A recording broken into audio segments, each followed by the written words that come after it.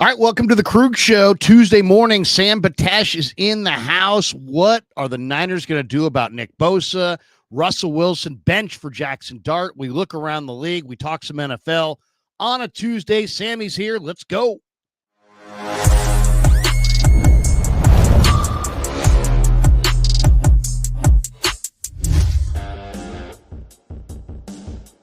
Off and rolling on a Tuesday on the Krueger Show, brought to you by Pig and a Pickle, the best barbecue in all of Northern California. Check them out. They're in Emeryville. They're in Corte Madera.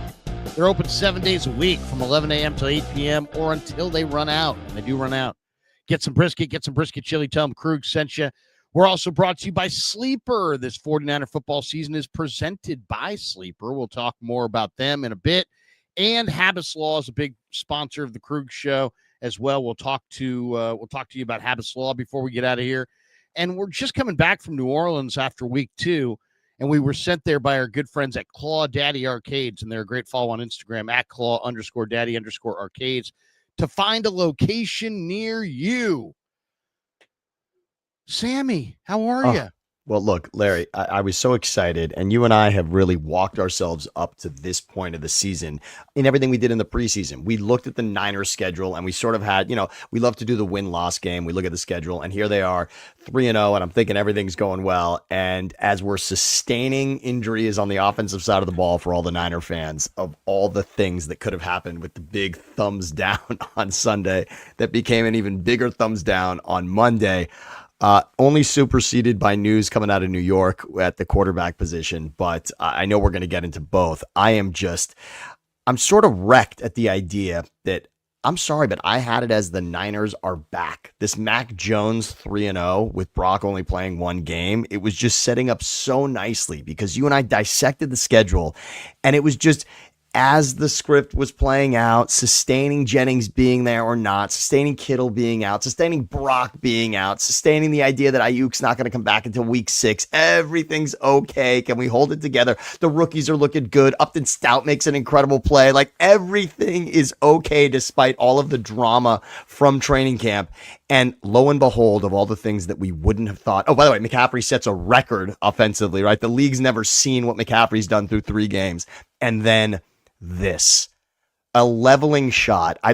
For once, I want to remind everybody here, we're going to get into Russell Wilson and Jaxson Dart, but I'm going to remind everybody one thing. Larry's going to talk me off the ledge for how devastating this is. All right. All of you thought that Larry's panic meter was going to hit an all-time high here, but he's going to talk me off the ledge on how devastating the Nick Bosa thing is. We'll get into that in a little bit. No doubt. Today is the day after. Yesterday was the official announcement that Bosa torn ACL, done for the year. Today, the story emerges that the Niners are open to edge rush trade additions, according to Kyle Shanahan. This on the heels of Zadarius Smith going to Philly, Jadeveon Clowney going to the Cowboys, Preston Smith going to the Commanders. They've all signed with new teams early in the year, taking them off the market. So we will talk about why I don't think the Bosa thing is a death sentence for the 49ers and some of the potential options for the 49ers, either in the trade market, the practice squad market. We'll get into some of that. But we open with the biggest story of the day in the NFL, and that is that the Giants are benching Russell Wilson for Jaxson Dart. How long would it take was the only question coming out of preseason. It seemed like Jaxson Dart had a great preseason. Russell Wilson, it's almost it's kind of ironic. It's like what comes around goes around. Russell Wilson got his opportunity kind of the way that he's losing his opportunity. He got an opportunity when he beat out Matt Flynn, who was signed as a free agent. Remember that contract? Only to prove that contract was a bad contract right out of the chute. And now the Giants probably feel like the contract they gave Russell Wilson was not a good contract, because Jaxson Dart will be taking over. Head coach Brian Daboll is on the hot seat. He's probably done at the end of the year. His whole future in New York is tied, and maybe the future of Joe Shane is tied to Jaxson Dart, and New York is sitting at 0-3.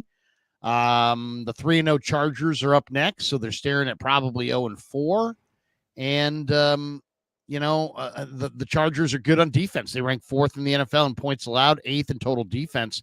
So they're going to Jaxson Dart. They're going to the rookie from Ole Miss, and they're sitting Russell Wilson.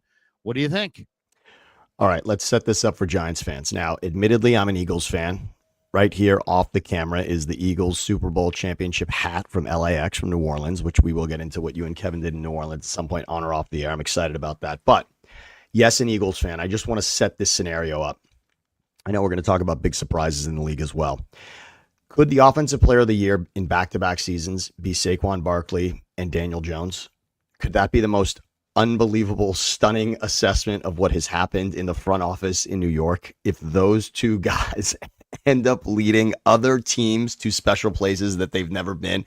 That's incredible. And what a shot in the arm for the Giants, who are now moving on from yet another quarterback after signing Daniel Jones, letting him start 3-0 for the Colts after watching Saquon Barkley win the Super Bowl, set the record for most yards ever rushing in the league all time, and the offensive player of the year, while they now watch Tyrone Tracy go down. And of course, maybe the future is Cam Scatteroo. That's nice. But the future will not be Russell Wilson. Do you remember, Larry, we went over quarterback rooms. What was our favorite quarterback room when we ultimately laid it out? We thought the most options were in New York. You had Russell Wilson, Jameis Winston, Jaxson Dart, Tommy DeVito was even there at that time. We were a little bit excited for what was going on here. Obviously, Cleveland's was the most talked about, but this was an interesting quarterback room. Can I spin this for the Giants fans a little bit? Sure. None of this matters if Jaxson Dart is good, if he's ready, if he's gotten a little something from watching Russell Wilson or Jameis Winston at practice, if he's weaned anything, and if he's ready to go, and if they can win out of the next 14 games, what would be a positive here? If he starts every game, what would be considered great for Jaxson Dart over the course of 14 games here as the rest of the season plays out? 6-8 would be, I think, amazing for a rookie coming into this spot. And I'm sure if you look at their schedule, that looks nearly impossible at the moment, but this is okay. What was the point of having Russell Wilson at this point go out? Had they beaten the Cowboys, that game that's the turning point in the season. The turning point is ultimately Russell Wilson's best game. They lost. So that tells you, it's like, where's the hope? Forget about Russell Wilson's worst game, which we just saw on Sunday night. His best game was still a loss for this team. And much like in college football, you start to look at your opponents differently each week based on when they play other teams. So the Cowboys are an excellent opponent in week 2, right? Now they get slaughtered by the Bears, and all of a sudden that close game with the Cowboys looks like no big deal. The Cowboys aren't a great opponent. And now the Giants in Russell Wilson's best game have lost that as well. So what's the upside in going to Russ? Maybe the only guy who's scratching his head is Jameis Winston, who's saying, what about me? Aren't I supposed to really be, what wasn't I initially brought in as the backup here? And he's kind of the guy that's now waiting for something to happen to Jaxson Dart. I like it. And I'm sure Giants fans sitting here at how the season has gone so far are saying, we're fine with this. This is what you want. You draft this guy. And remember how much on draft day, Larry, we spoke the day after the draft, and we loved that the Giants traded back into the first round, superseded the Rams, got ahead of the Rams to get Jaxson Dart. Remember, Sean McVay wanted Jaxson Dart. That is for sure, because the minute the Giants came back and got Dart, the Rams said, forget it. We don't want a first round pick. They traded out into the second round. So that was a big move by Shane, by Dable. They identified a guy. They wanted to go after it. They came back into the round and they got him. And Abdul Carter is also, this could be the future. This could be the future. Carter and Dart, you might as well start it now.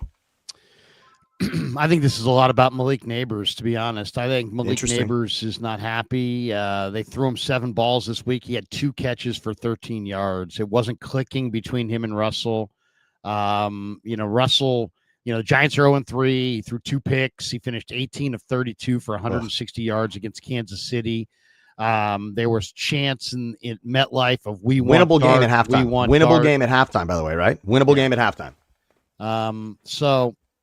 This is they need they need to make sure that Malik Neighbors is happy, and they need to feed him the ball. I think part of the success is making sure that he gets the ball. and also that they score more points. I mean, 9 points against Kansas City's defense at home. That's a big part of it. So, I mean, I don't think the Giants are going anywhere, but it's amazing. I mean, I thought nobody has ever been more damaged by their appearance on Hard Knocks than the New York Giants. There won't be a team agreeing to that again ever, right? I mean, let's say this much, Larry. I mean, they're going to temper the access way down. They were the off-season Hard which Knocks. Was cool. Larry, look, you've been there, right? Larry, that offseason, was that your favorite Hard Knocks? Although you've also been close to guys getting cut, but the offseason one you must have loved. I loved it because it really, it showed the inner workings of the Giants. Like, it showed Wellington Mara saying, man, I would really hate to lose Saquon. It was incredible. Period. And then to lose him to Philly. And it's like, and then, their obvious desire to force the Daniel Jones thing to work. And then it didn't work, and now they're moving on, and now he's playing well. And it's like, also, like, there was 2 things in there. One, you had Shane telling Saquon that they weren't coming back to us. They weren't coming, basically playing contract games. So Shane looks like a minor league joker. It was terrible. And then nobody looks worse than Dable, who literally was running up to Shane with his stupid phone, going, dude, look at the stats on this guy. Look, I mean, it's like, dude, do you have the 9th pick in the KMBR Fantasy Football League? I mean, what the hell? I thought you're supposed to be an NFL head coach. You're running to the general manager with stats that you're pulling off your phone. Are we supposed to really believe? Is that a peek inside the New York Giants personnel process? The war room. Yeah. I mean, your head coach is just gathering stats off his phone and going, hey, look at this. We got to have this guy in free agency. Look where this guy ranks. And it's like, Jesus, that's your process? Everybody's like their own wolf and doing their own scouting on their phone from their desk. I mean, right then I was like, oh, the Giants are cooked. Giants are absolutely cooked. And these guys are cooked. I mean, Dable and Shane are probably going to get canned at some point. Well, it was a big surprise when they brought him back, Larry. It was a big surprise. I mean, there was an announcement made that they were not fired, essentially, right? There was like a press conference to say, hey, guys, we should be firing you today, but we decided to bring you back. That's really what the announcement was in New York. Everyone expects us to fire these 2 idiots, and instead we're bringing them back. Look, Dable think about this. Dable had Daniel Jones beating the Vikings in a playoff game where the Vikings were the 2 seed, I believe, in that season. And then, of course, they got smashed by the Eagles in the divisional round the year that the Eagles lost to the Chiefs in the Super Bowl. That was essentially the upside of what was happening. And that's what you're banking on with Dable into the future, doing more with less. But through this season, there have been winnable games already for the Giants, and they haven't done it. The Dart thing is the right move. This is the most interesting thing that can happen if you're a Giants fan. The best news in the world would be that Jaxson Dart is the guy that Daniel Jones wasn't. But the other part of it is, the Daniel Jones part is interesting here, Larry, and I want to talk to you about this because you've been a part of organizations in this way. Was Daniel Jones capable of this in New York, and they fucked it up with what was around him? Because nobody thinks, this guy didn't go to Kansas City and do this, right? I mean, Indianapolis has been middling. We can say that, right? It's not, I mean, Steichen's been good, and the Anthony Richardson thing has clearly handcuffed them, but it's not as if Indianapolis is a home run slotting anybody in here. And Daniel Jones is an MVP candidate right now. Right now, if you ended it today, he's getting votes. He's in the finalists. He's at NFL honors for the MVP award. Maybe he doesn't accept it, but he's in the voting. And that was never the case in New York. So is Daniel Jones a different guy right now? Or did the Giants completely sabotage what his career could have been early on? That's what you got to ask. And that's what Jaxson Dart has to be asking himself. Because this is essentially a lot of the same people involved. And that's got to be terrifying. By the way, as we're sitting here, I don't know if you saw this. I think I did. This could be big Eagles news, by the way. I mean, I'm sure the Niners want it also, but Texans have released safety CJ Gardner-Johnson. Did you see that? I just did. I only because of the comments here. I'm seeing it. I mean, my phone I've got on silent so it doesn't ring again as it already has. But wow, that is a big one. Now, this guy is a gigantic pain in the butt. That's so okay. Can we just But wait? I he want is you to put a also a period. I want you to put a tremendous period on player. that sentence though, because that's what that story tells me. Now we don't know, and we'll find out what really went down here. And obviously the Texans have been having an awful season, although defensively they haven't been having an awful season. This tells me CJ Gardner-Johnson is more difficult than it's worth. Because if the Eagles have decided that, There's some Charles Haley here. well, and again, this is two teams. By the way, these are teams that are familiar with him. Texans are familiar with this guy, and so are the Eagles, and they've both moved on. That's odd, and the Eagles moved on from him twice. But when they, No, they're better with it. They were in the Super Bowl with him. They won with him. They lost without him. They got him back. They won again. The Lions had him in between. They went to the NFC Championship game. He had a hell of a rivalry going with Debo at one point. But I mean, this guy is a great player. And, it's funny. The Niners have been going with this big nickel with Jair Brown as the linebacker.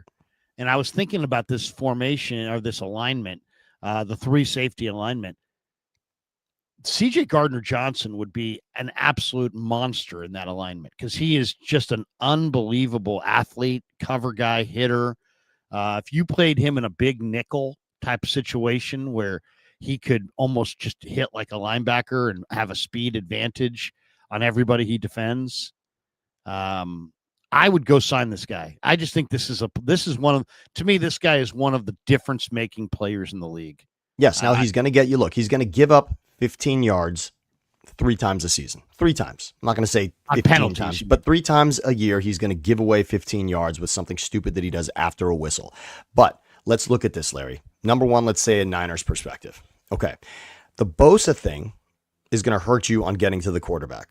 And if Gardner-Johnson is available at a discount, he's obviously not replacing Bosa in a way that he's going after the quarterback. But now, considering quarterbacks are going to maybe have more time, if your secondary is making a difference where your defensive line is not, that can also bridge that gap. So Gardner-Johnson is a huge piece for the Niners to look at. But number 2, Gardner-Johnson has spent time in Houston telling everybody that he's going to get back at the Eagles because he's going to be with Houston now and he's going to show the world, right? And yet, what better way to get back at the Eagles and go with the Niners? Yes, and look at what's happening. What a dreadful beginning the Texans have had. Not to mention the meltdown they had on Monday Night Football against Baker Mayfield, which was that one, those plays were on the defense, even though offensively the Texans have been god-awful. But Gardner-Johnson is obviously trying to get back to a winner. He thought he was going to win in Houston. They're not out of it. In that division, anything's possible with Houston. But right now, nobody's saying Houston's headed to the Super Bowl. And that's what Gardner-Johnson wanted to be, was the difference for them to get to a championship game. And that doesn't look like it's going to happen right now. You're absolutely right, Niners. Or does he tell himself, Bosa's gone, tail between his legs, goes for a discount back to the Eagles? Does he see the Eagles as his path to glory? And maybe he goes back and apologizes and says whatever he needs to there. Yeah, I mean, there's no connection with CJ and the Niners. He never played for the Niners. He's played for Houston, Philly, Detroit, and New Orleans. I believe the Niners took Mitch Wishnowsky like a 1 pick in front of him. Oh, my God. Wow. I remember at the time thinking, God, you're taking a punter, and a guy like this is sitting there at safety corner. He's an incredible nickel player, but he's an incredible jack of all trades. You're talking about a guy who hits like a truck. He's not old either. We're talking about a guy who's 27 years of age. And he's a face. He can be a face of your defense. I mean, he's the kind of guy that can set the level for your defense. And yes, you mentioned it with the Eagles. So let's set the timeline real quick. You mentioned it, but I want to say it specifically. The Eagles were the 1 seed in the NFC on a blazing trail to the Super Bowl where they lost to the Chiefs with CJ Gardner-Johnson. The next season he goes to Detroit. Detroit's in the NFC Championship. The Eagles were a catastrophe, fell apart after a 10-1 start without CJ Gardner-Johnson. And specific to that was their defense, which ended up being ranked 30th before they get Gardner-Johnson back. Obviously, Vic Fangio, big part of that. And they are the number 1 ranked defense on the way to winning the Super Bowl with CJ Gardner-Johnson. So all on him, no, but big piece, absolutely. The guy's a big playmaker. He's got 18 career interceptions. He's got an interception return for a touchdown. He's got a fumble recovery in his career. He's got 22 TFLs, 15 hits on the quarterback. As I said, Philly, he was there in 24. They won the Super Bowl. He was in 23. He was in Detroit. They went to the NFC Championship game. In 22, he was in Philly. They won the Super Bowl. Or they went to the Super Bowl. Yeah. He has a difference maker. Good years in New Orleans to start his career, and they loved him in New Orleans. They did. I have cousins in New Orleans. He's played everywhere too. He's played linebacker with the Saints. He's played free safety. He's played strong safety. He's played the nickel. He can play the corner. He's a good enough cover guy to play the corner. He's a good enough hitter and violent enough player to play linebacker. To me, this is a guy I would definitely go after. This guy. He's 28. This is his age 28 season. And the Eagles' big hole is Gardner Johnson. And by the way, the lineman that they traded for with the Texans that was supposed to replace Mekhi Becton, they cut him. Yeah. So that worked. That was a disaster. So Howie's definitely looking at this like maybe this is my chance to make good on that. And maybe we just get him back because CB2, cornerback 2, is still the biggest question mark for the Eagles. Supposedly he's going to Kansas City, according to James Foster. Although, you know who he reminds me of? He reminds me of Marcus Peters, Larry. And remember that Marcus Peters out of control in that way. Yes. He got in again. He walked himself right out of Kansas City. So I don't know that Andy is looking for that again. And Marcus Peters had tremendous stops in Baltimore and the Rams after that. And he is a huge difference maker, but the kind of guy that could be someone from a locker room. That was standpoint. James Foster saying that's just his opinion. Okay. Just his opinion. I don't know that Kansas City would do that. So there you go. That's a big one though. That's a huge. He will be a difference maker. We saw Detroit defensively last night. They could also sniff at it. Yeah, that was a pretty good game last night, by the way. Detroit beat the Ravens in Baltimore, and did it finish with 5 or 6 sacks on Lamar in the end, Larry? That was impressive. I mean, the Ravens are a bully. The Ravens are a bully team. If they can get up on you big, then they can just tee off on you and that kind of thing. But if you stare them in the eye and fight them, they're totally beatable. I mean, they're a beatable team. Lamar is not a great pocket passer. Their receiver, Zay Flowers, did nothing. By the way, I'm the only 3-0 member of the KMBR Fantasy League. Congratulations! I got off to a brutal start. So what did you pull away last night? So I had an 18-point lead going into last night. He had the kicker and Zay Flowers. And Zay Flowers did absolutely nothing. 0 targets first half, Zay Flowers, which is wild. Yeah. I mean, if you're watching that and you're down to me, you're like, oh, I'm down by 12 points. All I got to do is Zay Flowers says, I mean, it was unbelievable. I wind up winning, so I'm 3-0. I'm the lone 3-0 team in the KMBR Fantasy League, and I had a D- for my draft. I love D-. that. Way to show him, Larry. My quarterback this week was Mac Jones.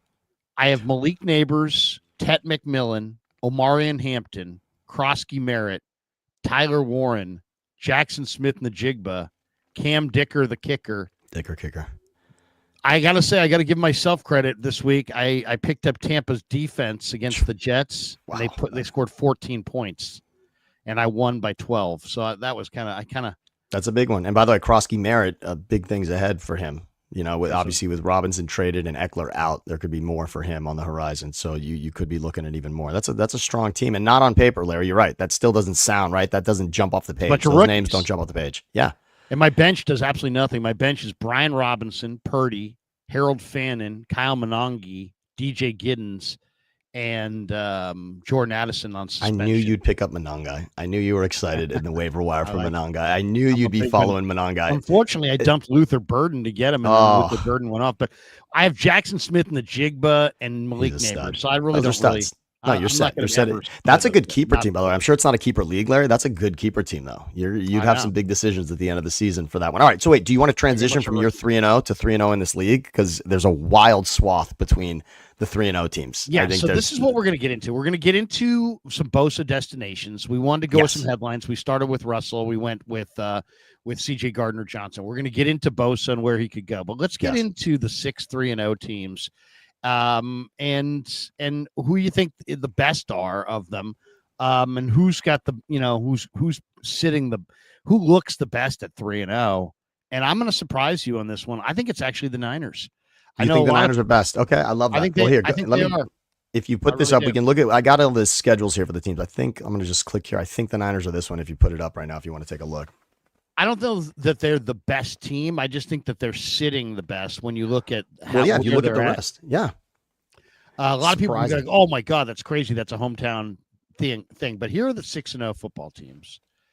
The 6-0 teams right If you want to click now. through, Larry, if you want to go to the, if you want to put this on the screen, if you can, I can click through the schedules real quick, and we can just say them real quick. We can just say all of them.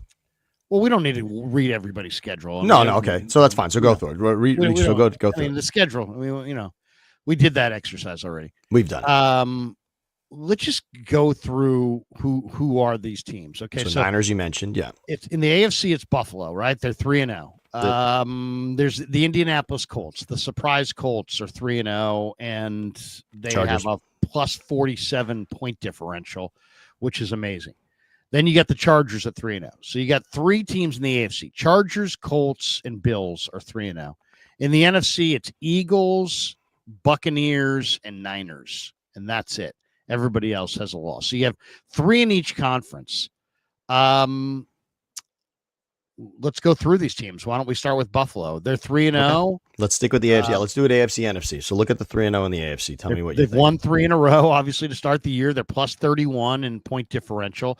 They've played 2 games at home, 1 game on the road. They're 2-0 inside the division. They're 3-0 inside the conference. They've got Josh Allen, and he's obviously on the very much the top of his game. I think the big surprise early in the year has just been that coming into week 3, they were leading the NFL in rushing attempts. So they've been running the ball a lot. But when you have a quarterback that runs also, Larry, that Baltimore tends to do that also. When you have a quarterback who is running, I mean, think about the MVP and Josh Allen, what he does with his legs. In fact, it's one of my biggest gripes in this league is the default statistics for quarterback need to change officially, Larry. I don't need completions and attempts and passing yards and interceptions thrown and touchdowns thrown, considering what every one of these quarterbacks, the elite quarterbacks in this league, if you don't tell me what they did with their legs, you're not giving me the story. The elite quarterbacks in this league are rushing for key yards, are rushing for touchdowns, and are doing things, and it's not about completions and attempts anymore. That's an irrelevant stat. Over the course of a season, completion percentage matters. Within a game, it doesn't. So that doesn't surprise me that Josh Allen, and especially because James Cook is having a special season also. They look very well-rounded. The Bills look good, but the greatest thing the Bills have done to this point is really come back against Baltimore. I mean, that's a game where they're getting smashed again, and they find a way to rip that win away from Baltimore in week 1. And that's the most impressive thing they've done by far. I mean, here's the thing about Buffalo. Josh Allen's great, and he had an awesome rushing week 1, 14 carries, a couple rushing touchdowns. But once again, it's like there's something about the Bills that just is not prime time. Interesting you'd say that. Interesting. Tell me why. Okay. Their weapons always go their weapons evaporate. You're talking receivers, really. I mean, since Diggs left. James Cook's okay, but James Cook's no awesome. He's not. I mean, I don't even think he's the best running back in his own family. I think Dalvin Cook was probably the better Cook. He was, Ty Johnson, Ray Davis, they're all right. The receivers, Keon Coleman, he's okay. Khalil Shakir is all right. Josh Palmer, Dalton Kincaid. They get a lot out of Kincaid. Okay. They have two. They really have 2 tight ends. There's like to use. There's not one weapon there that they have that you're just like, oh shit, oh no. There's no Jerry Rice. There's no Terrell Owens. There's no Randy Moss. There's no. You gotta be kidding me. There's no weapon there that makes you go, oh, it is going to be an all-day mother.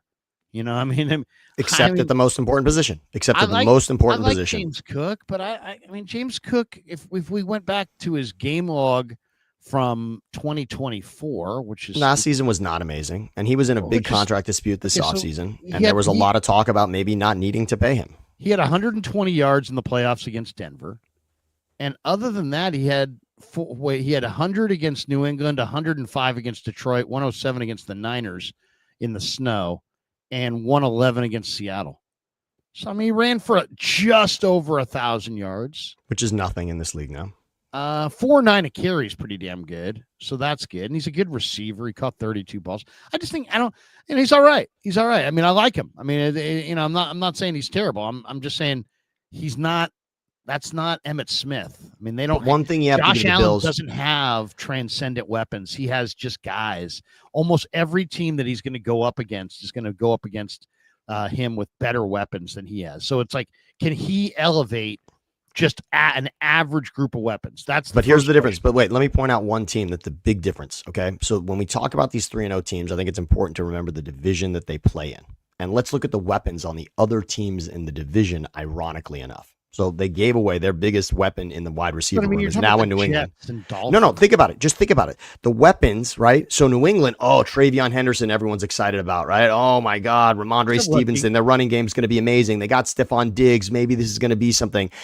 They're terrible right now to start the season, and we thought Drake May was on the rise, and right now we don't know what to think of the Patriots with Vrabel. It hasn't been there. Weapons in New York, Garrett Wilson, Breece Hall, Braylon Allen, we're all excited about what's happening there with the Jets weapons. Look at that. Yeah, but here's the thing, Sam, those teams aren't the Bills are going to the playoffs. The problem is they don't win in the playoffs. But they're usually don't.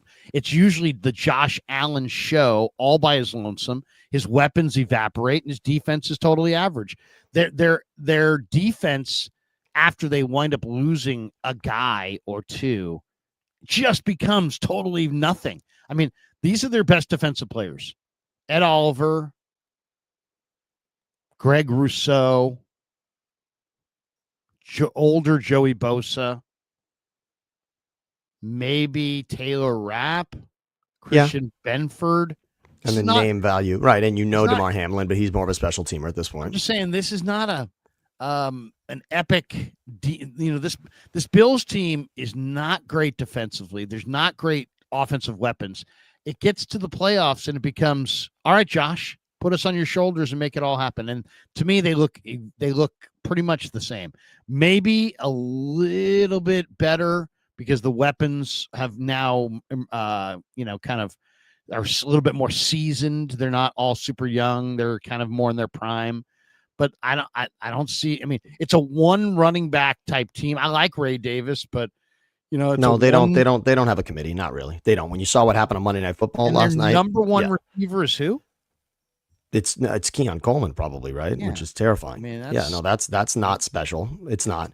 But he's not. He doesn't separate. What's the best news? What's the best news for the Bills at 3-0 right now? This week, the Ravens and the Chiefs play each other, and one of those teams is going to be 1-3.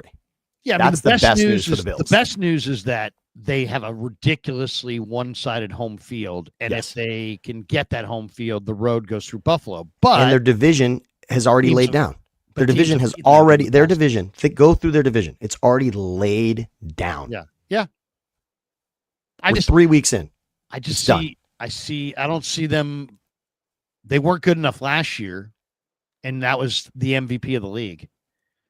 And this year, you're saying not good enough. I just want to at least give them the credit for this. They did beat Lamar. This is not like the Niners situation.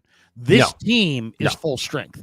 The team that you're looking at is their team. They're not waiting for anybody to come off the injured list. There is no receiver that's their number one guy that's way better than Khalil Shakir and Keon Coleman. This is what they got. And I think Josh Allen's awesome, but man, I don't think there's any team in football that leans more on their quarterback than the Buffalo Bills. I would certainly, as an Eagles fan, I understand how important it is to have other options if you want to really be special. And Josh Allen, is really doing that great on his own. Yeah. Josh Allen's doing it, and it is on him. Now, granted, it's been enough, and I just at least want to give credit to the idea that they were in the AFC Championship. Maybe if they get a different spot on a 4th and 1, things are different. Maybe. He certainly made the biggest play of the regular season matchup against the Chiefs last season, and they beat Lamar in a game in which, and they beat Lamar by making Lamar turn the ball over. They obviously got the Andrews fumble. I mean, they made big plays in that game against Baltimore, and they got the AFC Championship. Granted, same kryptonite every time for them, but I'm not going to say that's a nothing season. No, I'm not saying, I'm just saying that they look kind of like they've looked in the past. I'll give you that. I'm not seeing a big like difference here. it's a lot on Josh to just kind of make it happen. Yes. And he's great. I mean, he's really great. The question is, do you think this is the year he puts it all on his back and says, you know what, I got this. And one of these years, I mean, he's gonna win a Super Bowl at some point. Maybe. I mean, Mahomes. Look. Jordan didn't allow other guys to win championships. Mahomes could very much be that guy in the AFC. Very much. He could be that guy that just keeps Baltimore and Buffalo, Lamar and Josh Allen without that ring. That could happen. So I was looking up the team stats on defense, and it's hard in the first 3 weeks of the year. It's kind of difficult. Even just go to week 1. I mean, obviously Baltimore did whatever they wanted for 3 3/4 of the game. Yeah. I mean, they did what they wanted to do. Let's see defense as far as scoring. Who are the best defenses right now as far as scoring? I have to imagine defensively the Chargers are significant. I mean, first of all, with my eyes, the best defense I've seen. I feel like the Chargers are the best defense I've been looking at week in and week out. For some reason, I can't get the stats to come up here today. For some reason, let me get some. Who are the top defense? Not Denver. We thought so. Coming in, it was Denver and Philly, not right. yards and points. Okay. Who are the top defensive teams in points right now? 49ers are probably number one. Rams were pretty good. They were. The Niners have got to be high because they're not allowing very many points. All right, so let's go here on teams. It's been teams. Like I said, Denver obviously has not been. Denver was special last season and clearly not this season. It's funny, ESPN will give you the stats, but when you click on their team stats, it's like, oops, something went wrong. Oh, get out of here. That's what it says. Something went wrong. That's funny. That's all I'm getting. So here we go. So we're going to go on defense here. So far, you want I'll to know points? Are you going ESPN? Points? And you gave all your money to Stephen A. Smith and fired all the talented people. That's what went wrong. Something went wrong. That's what went wrong right there, ESPN. So you want to go points here, right? Scoring. All right. So yeah, where does Buffalo sit after 3 weeks in points allowed per game? So let's see here. Scoring. All right, there it is. That can't be right. I mean, actually, Niners look like they're on top of this with scoring. And with the Bears, wow, the Bengals, which never happens, are on that list. Oh, actually, this says Bills are 4th in scoring defense, but let me find out because the stats I'm looking at aren't great. This is about whether they've scored points. No, that's incorrect. I just want overall defense. The other issue they're saying the Bills have is getting off the field. Yes. They're struggling. Third downs were an issue against the Dolphins. Dolphins converted 10 of 15 third down attempts. Bills also have given up 5 touchdowns in the red zone this year. Milano and Ed Oliver have been injured. I guess that's been a big part of it. Yeah, that certainly plays a factor. But yes, they have not been. I mean, again, even just roster-wise, you said it. They don't have the players on defense that are scaring the rest of the league. And as you said, the Bosa they have is the other one. And he's not, at this point, a wrecker the way he used to be. So that's not it at all. Yeah, so, I mean, Buffalo's good, but it's all about Josh Allen. Josh Allen. And I get it. Josh Allen's great. But, man, it's like the guys you throw to, the guys you hand it to, your defense. I mean, it matters a lot. So that's my one thought on them. Let's go to Indianapolis for a second. Colts are pretty special. I mean, this has been a pretty amazing start for them. Obviously, I mean, if you look at the teams they've beaten, it's not really interesting, especially considering we don't know what Denver is, and they could have lost that game on a really odd penalty. But Indy's playing above their head. They will. I'm sure they will. They are going to beat a team that we did not expect them to beat at all. That will happen. They look good enough to do that. And Jonathan Taylor is prime Jonathan Taylor right now also. Yeah, I mean Indianapolis is off to a great start. They're 3-0. Daniel Jones is playing well. He's completing 71% of his passes. He's got 3 touchdowns, no picks. He's only been sacked twice. I mean, this is almost like an imposter. I mean, this is like, are you kidding me? That's not the Daniel Jones that we know. No interceptions. What? That's crazy. Daniel Jones. I mean, he's like the turnover machine. Bills are 20th in points allowed defense, Larry. 20th in points. 20th. Allowed. Yeah, Packers 1, Seahawks 2, Niners 3. It's who's won? 1 is the Packers. Wow.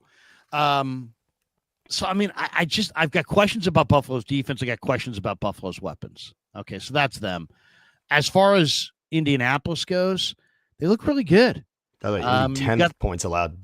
Just to say it, Indy 10th points allowed. Yeah, I mean, but they've got Jonathan Taylor, who's averaging over 5 yards a carry. He's already got 3 rushing touchdowns. Daniel Jones can run, and then they added Tyler Warren. He's clearly one of the best tight ends in football immediately.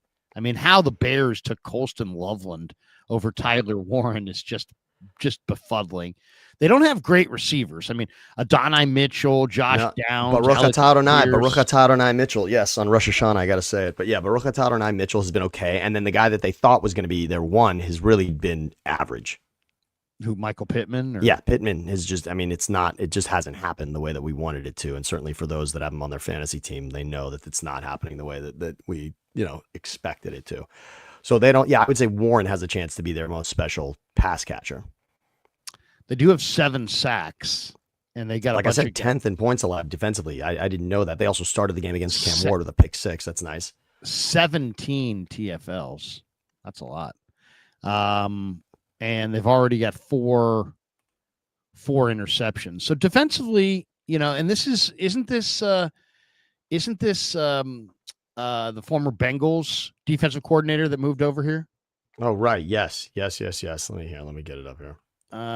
So he's a pretty good coach, and they've got some decent talent on defense. Nick Cross from Maryland's a hell of a player. DeForest Buckner, Cam Bynum, Kenny Moore. Yeah, Anarumo. Yeah, Lou Anarumo's there. Yeah. You got Mooney Ward. You got Samson Ebukam. You got some Liatu Latu, the former UCLA Bruin, first-round pick. Kwity Paye, first-round pick. I mean, they've got some guys. It's not like they don't have anything. But, I mean, I would imagine they're coming back to earth. Well, here's the game. Again, this week, Larry, we get to see it. They're at the Rams. I mean, this is the Rams are coming off a brutal loss where it's like a team that they just can't stand in the Eagles. And the way it ended, of course, with the 2 blocked kicks, the return from Jordan Davis. I mean, the Rams at home are going to be absolutely primed and on every detail against the Colts. This is going to be a humongous test for the Colts. So then there's the Colts. Then you got, and the Colts, the Colts are an interesting team because nobody expected them. In the ESPN Power Rankings, they have Indianapolis checking in at 12, right behind the Niners. And they say their big issue is their hit and miss pass rush. Wow. They had 4 sacks against Tennessee, but there's also a bunch of plays where the quarterback sits there and they've got all day. They're 20th in pressure rate. Latu, is probably their best rusher. His overall pressure rate of 11.4% is good. It will need to improve if the Colts are going to consistently threaten quarterbacks. So, yeah, I mean, the book on them is that their pass rush is a little bit of hit and miss. But here's the good news. They also have one of the more potent offenses in the NFL. I mean, right now, their offense, they're scoring at a high rate. They look really good offensively. They got a back. They got a quarterback. They remind me of the Chiefs with Alex Smith. That's what they remind me of. They remind me of the Chiefs with Alex Smith, where, I'm pretty confident in the quarterback, but it's also some of what they're doing defensively and some of what they're doing around him. The Colts, this Rams game is going to tell us a lot, but here's the good news for Colts fans. The division, based on the way Houston has just thrown up all over themselves to start the season, the division is right there. Nobody's worried about Tennessee. Jacksonville, we just don't know, and no one's high on Trevor Lawrence at the moment, and they've looked awful. And Travis, by the way, we'll get into this, but Travis Hunter, to me, I don't even understand. What is happening there? In what way? He's playing tons of plays. But there's just not, that impact hasn't quite been there. Look, Jacksonville's okay. Trevor Lawrence isn't very good. He's really not. Something is up with Trevor Lawrence. And I don't know if Urban Meyer just took it all out of him or what, but that is rough. Just in Liam Cohn's, you get the feeling that there's not a lot of trust there between the two of them. You saw Cohen yelling at him, and you saw, Trevor Lawrence kind of sloughing him off. I mean, that's never good. So No. then they get the Niners this week. So those are the 2-2-0 team, 3-0 teams. Now you get the Chargers. Chargers, what a story the Chargers are. I mean, if this is college football, the Chargers have the best 3 wins. Overall, Chargers look the best. I mean, I they're think 3-0 in their division, 3 divisional wins to start the season, Yeah. including Kansas City in a neutral site. Yeah, I mean, Kansas City doesn't have any kind of a rushing attack. That's their problem. But the Chargers' early surprise is that Quentin Johnston has emerged. It's for real. He's stepped up. They lose Najee Harris though for the year. But maybe this is the Omarion Hampton, right? I mean, and they lost Dobbins last year. I mean, the Chargers, Harbaugh, if he does anything well, it's he finds guys to run the ball, and I think they're going to lean on Hampton here. Also, I think their defensive coordinator is probably the hottest head coaching candidate in the league right now. Jesse Minter came with Harbaugh from Michigan, and their defense has been awesome. I mean, they struggled on 4th down stops. Opponents are converting 71% of 4th downs, which ranks them 22nd in the NFL. And I guess Denver, burned them on 4th down. The biggest play of the game. The biggest play of that game was 4th and 2 before halftime, and Denver hit a huge shot down the field to Sutton, and that changed the game. But they came back and won. 4th and 1 right before halftime. Chargers are 3-0 and look really good, and they can run the ball. 3-0 again, but Larry, you got to say in that division, they lost Rashawn Slater, so that's a killer. But 3-0 with a Kansas City and Denver win under your belt is that's the schedule giving it to you with those games early. But that is absolutely, you're 2.5 up Kansas City. That's wild. So that is special. Chargers are good. I mean, Jim Harbaugh is a great coach. Herbert is looking I don't think Herbert's ever looked any better. And again, this was supposed to be a run-first offense. They're throwing the ball, Larry. They're throwing the ball. They are putting it on Herbert. 6 touchdowns and 1 pick for Herbert. You got Hampton running the rock, and they had Najee. Now it's just Hampton. But their receivers are much improved from last year. Johnston's How about Keenan Allen? Better. Does Keenan Allen looks like he never left the Chargers? Yeah. Keenan Allen's got 3 touchdowns. Looks great. Niners should have listened to Damon. He was saying, "Go for Keenan Allen. Go for Keenan Allen." We were laughing, but it's true. Lad McConkey is obviously good. Aronde Gadsden, their tight end's been inactive because they're using the other guys. But they have Trey Harris. Yeah, and Gadsden, by the way, was in this last game. He played well. Gadsden had a couple of big catches. Yeah. And defensively, Derwin James, Deion Henley, they got some good defensive players. They really do. Cam Hart, I think, is a pretty good corner. They've got some guys. Marlo Wax was the guy. That was the guy that the Niners gave a job on the team. Remember? He was awesome in the preseason game against the Niners. Yeah. He looked great. So they look good. I would say the Chargers, to me, if they hadn't lost Rashawn Slater, I would really love the Chargers. But the Chargers were my pick for the Super Bowl. I've got a Niners-Chargers Super Bowl 60. Can't be better than that right now, Larry. Can't be better than that. That's what I'm going with. Who did you go with at the beginning of the year? So I actually didn't even make the prediction. I said Bills were going to win it. I said this was sort of the over the hump, even though I just told you that maybe it won't happen. But right now that looks good. And I didn't really pick in the, right now I could tell you that I said it was the Eagles. I didn't. I thought the Eagles were going to suffer with the CJ Gardner-Johnson thing. But I would say the NFC is still very much up in the air. I really think this week's game with Tampa and the Eagles is going to tell us a ton. And that's, talking about undefeated teams going against each other. And Tampa has sort of been, Todd Bowles has been a little bit of the Eagles' kryptonite. And although I want to remind people that they lost those games without A.J. Brown. The Eagles have looked terrible against the Bucs in games that A.J. Brown did not play in. And when he has been there, they've looked very good. So I don't want to call that match just yet. But I guess, why wouldn't I just say the Eagles are the defending champs and they're 3-0 at this point? I'll say Eagles and Bills. Yeah, I mean, the one thing about the Eagles is I think the Eagles do have a real issue that's starting to show up. They're last in the NFL with a 45.1 success rate against the run this season. They're not stopping the run. They're yielding a first down or a touchdown on over 34% of their opponents' rush attempts. That's also the lowest number in the league. They're 25th in the NFL in rushing yards allowed at 133.3. Although I want to point something out, Larry. I want to point something out. So the most celebrated player on defense for the Eagles this week was who? Jordan Davis, right? He blocks the kick, runs it back. Right. Like that's right. Okay. So now Jordan Davis is the run stuffer, right? But remember that week 1, this is a 3-game sample size that you're getting those numbers from.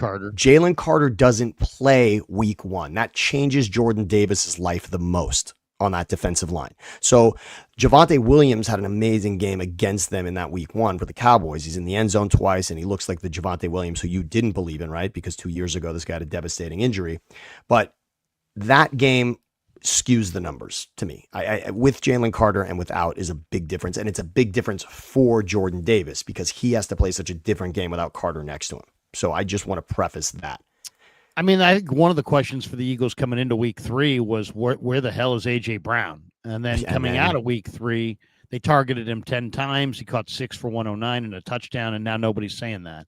And again, Jalen Hurts, right? I mean, this is the Rams saying Jalen Hurts beat us. We're not going to allow Saquon to run for 2 60-yard touchdowns for a 3rd straight game against us. So they put everything on that. Yeah, Saquon averaged 2.6 a carry. He did nothing, although if you look at their game-winning touchdown drive, Saquon had a humongous 3rd down run, only 3 yards, but a spin move. I mean, it was completely bottled up, and he gained the yardage to put them in position for that winning touchdown pass to Devontae Smith. But Saquon, again, the fear of what Saquon can do, especially for a team like the Rams, who yielded 200 yards twice to him last season, it was almost the fear of Saquon that made the difference in that game. And the second half, obviously, Jalen Hurts said, all right, we'll put it on me, and he did it. Run D is a big thing, though. If you can't stop the run, you can't win. I mean, and they did last season. 5.4 a carry is what they gave up to Dallas in week 1. 5 yards a carry is what they gave up last week. 4.7 a carry is what they gave up to Kansas City. And Mahomes was a lot of that. Mahomes ran against them. Mahomes had 66 yards. Yep. He had a 22-yard run. But Kansas City can't run. Kansas City doesn't have much of a rushing attack. Kareem Hunt's done. Pacheco doesn't look good. Yes. They're not running it well, but they ran it well in that game. So I would say that's a major it's a problem. For the Eagles. But the Eagles were worse defensively through 4 games last season. Remember, after the bye week, Cooper DeJean gets inserted. Vic Fangio figures it out, and they're a totally different team. Maybe we see something. They're not going to have an early bye like that, but maybe we see something defensively from them. And again, great test here. Tampa can run the ball very well. Baker is a mobile quarterback. This will present the same issues for them. Bucky Irving has been good. So has White. And we know Baker Mayfield's got the 2 biggest runs of the Bucs season so far. So this is going to be a major test for them. No question. So the Eagles, I think, until you beat the champ, they're on top. And they beat Kansas City and the 2-0 Rams in a game where they absolutely should have lost. They came back against the Rams to win that one, and they played mistake-free football down the stretch. And they're 2-0 at home. They've played 2 at home. They're 2-0 in the conference. All right, so then you've got the 3-0 Tampa Bay Buccaneers.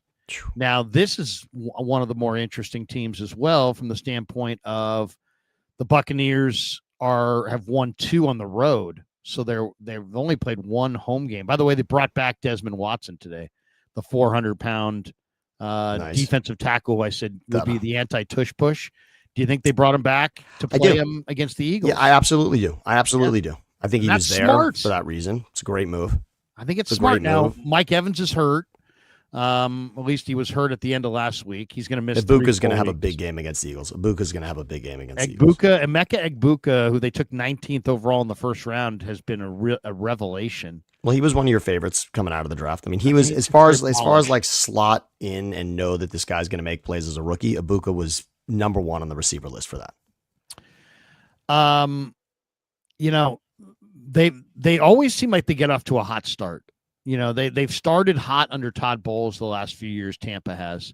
So we're going to find out exactly, what they got and how good they are. But I think they're an interesting football team. They're a very complete team. Now, they've lost Kalijah Cansey. And their biggest issue, I guess they're saying, is fourth quarter stops. They've got a plus 6-point differential this season, tied for the lowest by a 3-0 team in NFL history, by the way. They also set history with the 3 walk-off wins. So when we talk about teams that are 3-0 that could be 0-3, the Bucs, if you take away the last 90 seconds of every game, are 0-3. Now, granted, what you do in the last 90 seconds absolutely counts and is incredibly impressive. And absolutely, Baker Mayfield he's got 24 come from behind wins in the fourth quarter or overtime. He leads all quarterbacks in that category over the last 3 seasons. The Bucs are also the only NFC team to be in the playoffs 5 straight seasons. Todd Bowles has done a remarkable job, but they absolutely could have lost to Houston and absolutely should not have, but were in position to lose that game against the Jets with that kick return. I mean, that was an unbelievable blocked kick. The way McDonald jumped over the line. I mean, they give up the Jets. two fourth quarter touchdowns on defense against the disgusting. Jets. It was disgusting. They've given up 5.8 yards per play, 5th most in the NFL in the fourth quarter. So they're struggling late in games, which might be their conditioning. Could be their conditioning is not great. But they've also lost Kalijah Cansey, Luke Kadecki, Tristan Wirfs. I mean, they've lost. The Wirfs thing is really going to end up being the biggest difference, and they could get him back. So that's going to be nice. And we haven't said it. I mean, Godwin, the Evans thing is sort of timing-wise not terrible because Godwin could be coming back. I think the Bucs, again, because of their division, are also in a good spot. And Atlanta was their kryptonite last season. And the last kick that Koo had as an NFL player to this point was the miss where he would have tied that game week 1 against the Bucs for Atlanta. So that was a dogfight, and they won. They found a way to win that game, which last year they had lost. So Tampa looks great. I'm fascinated by Tampa, and I think this weekend's going to be spectacular to see them against the Eagles. All right, that leads us to the 49ers. Oh, man, a lot of meat and on the this. Niners are 3-0, and as we know, 2 of those games are with Mac Jones. So awesome. The Niners have now granted, it was the Niners have a very favorable schedule. They had New Orleans in New Orleans. But they beat a Seattle team in week 1 that I think people think more highly of today than they did before. Definitely what they did. Brock Purdy played 1 game. He completed 74%. Mac Jones has played 2 games. He's completing 66%. 4 touchdowns, 1 pick for Mac, 2 and 2 for Purdy. They've been sacked a combined 5 times. But the Niners have not run the ball well. McCaffrey's averaging 3-4 a carry. Well, it's the catch, it's the receptions. It's the receptions for McCaffrey that's making the difference. Yeah, but I mean, the Niners are averaging 3-3 a carry. They're not running the ball well, and yet they're 3-0. So, do you think that they're not running the ball well because they're not going to run the ball well? I mean, also they've done this without Kittle, no Debo, no Ayuk. This is because of the injuries in exactly that place, Larry. But I mean, when Ricky you know Pearsall that they don't have stepped up. JJ has stepped up. Exactly. But I mean, Juwan Jennings then missing a game. So now Pearsall, it's just, I don't think anyone's fearing the Niners from a passing standpoint. And granted, Mac Jones proved them wrong against the Saints, but teams are going to say, all right, we're going to let Mac Jones and Ricky Pearsall beat us as opposed to Christian McCaffrey. That's a fine philosophy coming into a game with them. What's interesting about the Niners is we've got week 5 and week 6. So obviously Jacksonville at home feels like something you're going to be able to get over no matter who's at quarterback. But at Rams, at Bucks, back-to-back weeks, that's going to make a pretty big difference here. And granted, it's a Thursday and a Sunday, so you're going to have a nice stretch between the Rams game and the Bucks game, so you're going to be well rested. But those 2 games are going to tell you. I mean, if we're looking at power rankings or deciding which 3-0 teams are really absolutely going to be there in the end, those games against the Rams and Bucs are going to make a big difference. Again, if this was college football and we're trying to rank people, those are the wins that are going to weight heavily against what we really know about the Niners. See, I have the Niners as the best 3-0 team from the standpoint of look at what their record is and look what they have coming back. There's no team on this list that has anywhere close to as much talent returning, and that's not out there as the San Francisco 49ers. George Kittle's a Hall of Famer. Brandon Ayuk's a near Pro Bowl receiver. He's a Pro Bowler. Yeah. They've got some players coming back here, and defensively, I think they're better than people think. So that's why I had the Niners as my top team. Let's finish on this note. Yeah. Nick Bosa is out for the year.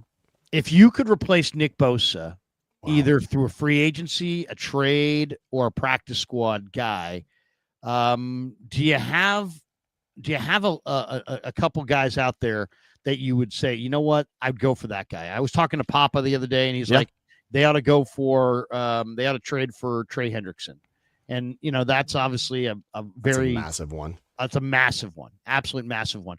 But give me a player or two, and I'll give you a player or two. Okay. That the Niners ought to go after in your mind. Well, I always say it, and I I keep falling in love with this guy, even though he just can't stay healthy. I used to love the idea of Chase Young, and I just think that's probably at this point it's probably done. I don't think there's much. He dogged it here. I don't think he's. I know. You're right, and so I don't necessarily think that he's coming back. I don't think anyone's going to give you their number one. I mean, like the Dolphins, could Chubb be somebody? Yeah, Bradley Chubb. Right? I mean, is that, maybe for a team that's going nowhere, right? I mean, that would be that's a great one. That's a good name. And Salah's got familiarity there in the AFC East. So I think Chubb would make a huge difference for this team. I'll give you three names that I really like. One, the two Jets, Will McDonald IV out of Iowa State, and Michael Clemens. Michael Clemens is exactly the same size as Bosa. Will McDonald would give you that edge speed. The Jets are in a rebuild. They would probably take a late day 2 pick or maybe a high day 3 pick to give you those guys. If I were the Niners, that would be the first door I would knock on. I think that makes a lot of sense. Will McDonald would give you that speed that Bosa gave you, and Clemens would give you that run defender. And I think adding 2 players to replace Bosa is probably the smarter play than one great player. I love Trey Hendrickson, and I love Trayvon Walker, and I love Kayvon Thibodeau. If I could get 2 players like Michael Clemens and Will McDonald from the Jets, I would go that direction. And then the guy that I would poach off the practice squad, I mean, I'm sure they will probably be interested in Cleveland Farrell because they've had him before.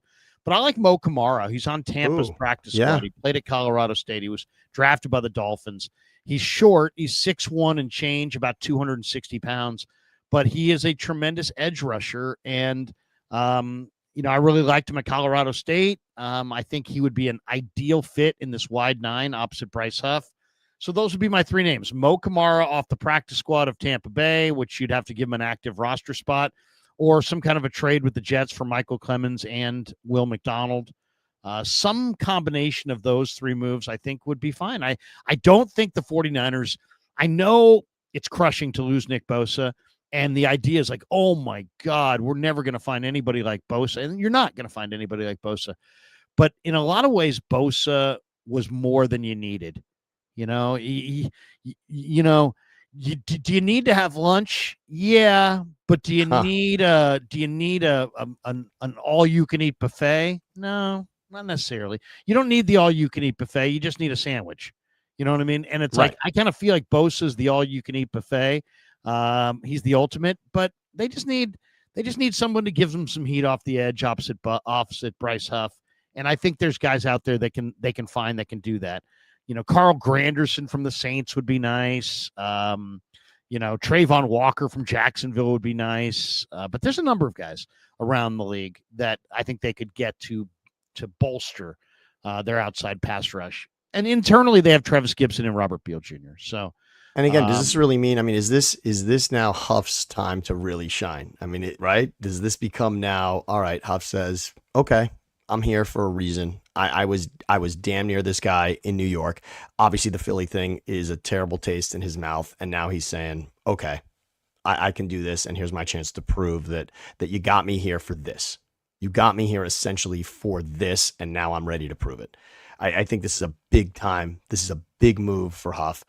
And frankly, Michael Williams, right? I mean, you want to be up for defensive rookie of the year. Here's your moment without Bosa. I mean, now everything the Niners do defensively the rest of the season is going to be considered, okay, they did it without Bosa. So that's pretty special. And I see that. But again, I say go pilfer for Miami. Miami is a sinking ship. And I say, you want to get Cincinnati, their chance at winning this season without Burrow is their defense. And right now they're playing above their head defensively. I don't see the Hendrickson thing as anything realistic.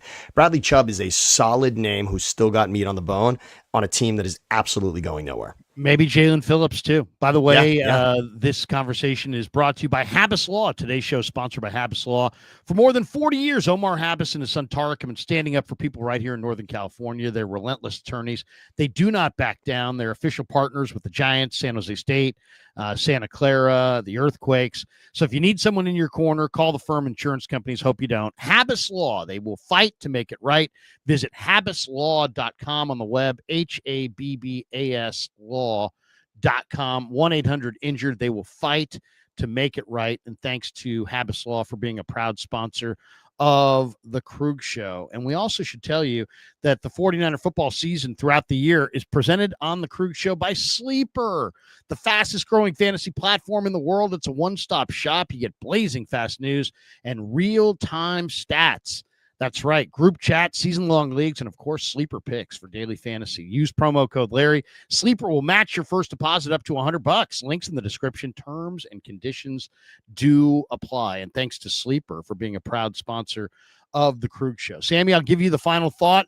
Your best your of the 6-0 teams, your best 6-0 team is? Of the 3-0 teams, the 6-3-0 teams that we have, I'm going to say, I mean, looking at what they have, actually, you know what? I was going to say, again, from a college football standpoint, I still think the Eagles have the two most impressive wins. Of all the three teams, I think the two most impressive wins from an opponent standpoint is the Eagles in beating Kansas City, who they had a rematch of the Super Bowl. Kansas City had everything to prove in that game, and the Eagles won that game and won it in a different fashion than they did the Super Bowl. And, I mean, beating the Cowboys without Jalen, but I won't even say the Cowboys. Beating the 2-0 Rams in a game they're down 26-7 to start the second half, essentially, that's an unbelievable win, the way they did it. So I don't want to be a homer, but I'm just looking at, if you take the three games, the Eagles have the two best wins. To me, though, they also have a significant flaw that they really shouldn't have. And we'll see where it goes from here, because a lot of people thought A.J. Brown was a problem until last week. So we'll see where it goes. I would say the Eagles are the best team in football, but I would say the most impressive 3-0 team is the Chargers. Yeah. And the Niners, to me, are not a surprise, are definitely a pleasant surprise, but I think they're well positioned at 3-0. Silences, will Purdy return with week 4? How much will the O improve? I think Purdy does try to come back. And the last one is Gabe Ski says, Larry, if you had to put your money on the table, should the Niners pull off a trade before the deadline, who would it be? Great show as usual with Sammy. I'm going to say yes. I think they will make a trade, and I'm going to go Michael Clemens and Will McDonald. Nice. And that's going to do it for us. Thanks to Sam. Thanks to all of you guys. Sammy, great to see you. We'll see you next week. Thanks to everybody. Peace. Yeah, never met a man I've been scared of. Careful, you gon' get